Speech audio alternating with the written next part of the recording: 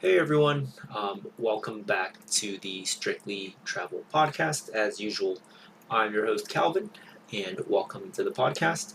I know it's been a while since my last episode. I've done a lot of crazy stuff, had a lot of fun um, during this layoff. But today, I just wanted to talk about the landscape of miles and points in 2025.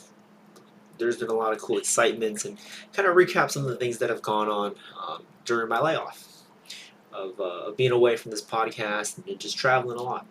So, without further ado, let's dive right in.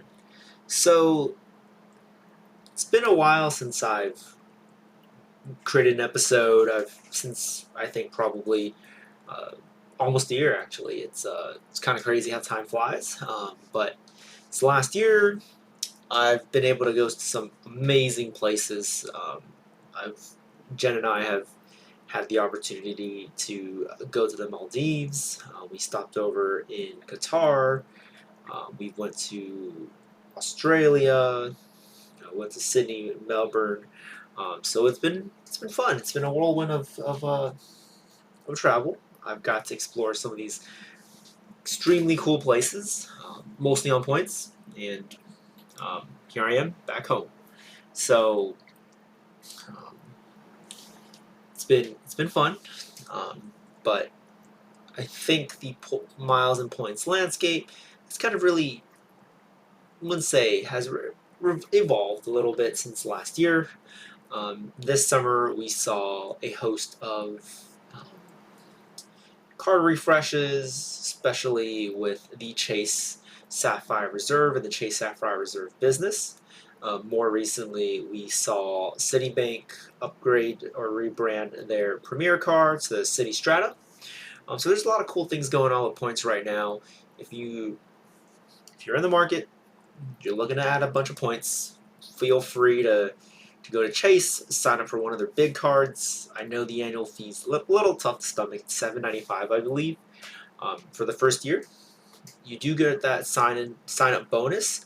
So I think if you're on the fence, think about it, head over there, at least get it for a year. If you feel like it's not worth it, kudos to you. But I think there's a good opportunity to get some of these large sign up bonuses this time around. On the American Express side, there's rumors for upcoming changes, nothing set in stone, but they're offering, per usual, American Express tends to have some of the best randomized business bonuses. I think there's currently up to a 200,000 point bonus for the business gold. So those some pretty cool things. But yeah, the travel landscape has kind of shifted a little bit. You've seen a lot of program changes.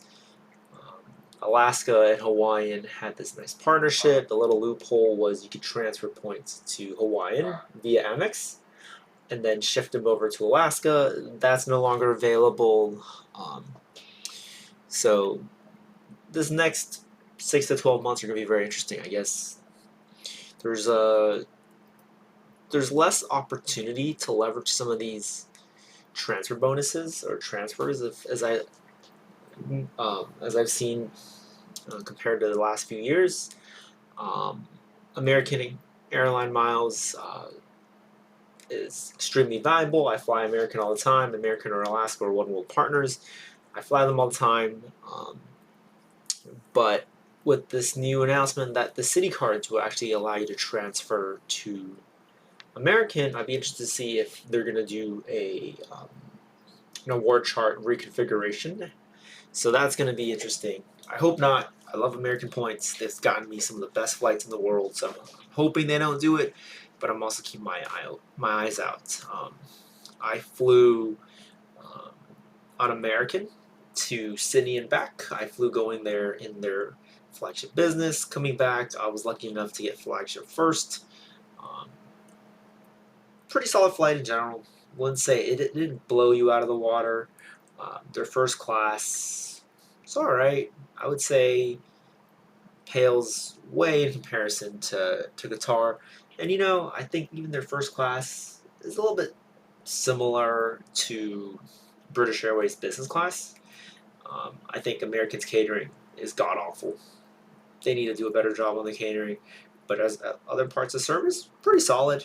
No complaints. I have the ability to sit in a lie flat um, on a long haul flight, never got any significant complaints. But in general, I think they could do a little bit better. All right. With that being said, let's get to a little bit more of the meat of the story, which is going to be the points landscape and how to earn a crap ton of points for the rest of this year. So you got Christmas coming up, you got the holidays coming up.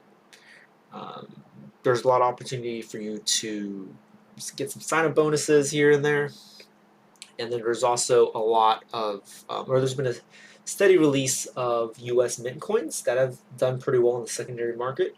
I like to buy and sell precious metals, so that's a good way. You don't get charged a cash advance fee when you're buying through the U.S. Mint. Counts as a normal purchase. That's a good way to easily spend 2-3K. If you can do some research, find some platforms that will buy your product ahead of time, you can lock those deals in. It's an easy way to spend a couple thousand off the bat, in addition to some of the other bills that you may have. Um, I think there's some pretty cool things as well in terms of the gift card flipping industry. There's a couple of players out there that you can partner with that will buy gift cards from you for specific gift cards for a good rate. I think that has kind of made it a little easier for me to continue stacking on points. Um, but in general, it's a little dry out there right now. There's not a lot of opportunities. I don't see a lot of other manufacturing spending opportunities out there. So you just got to keep an eye out.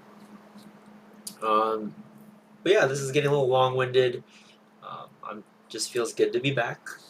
I'll have more episodes coming up soon, and also a couple of more exciting announcements. I'm working on a travel consulting project. If you would like to get a free consultation, please feel free to comment or reach out. Check out our website, leave a comment. I got some cool, exciting things, and feel free to pop in. So without that being said, thank you so much for tuning in to the Strictly Travel podcast. Today was kind of a wild card, but I appreciate everyone. And if you enjoyed this episode, hit the like and subscribe button.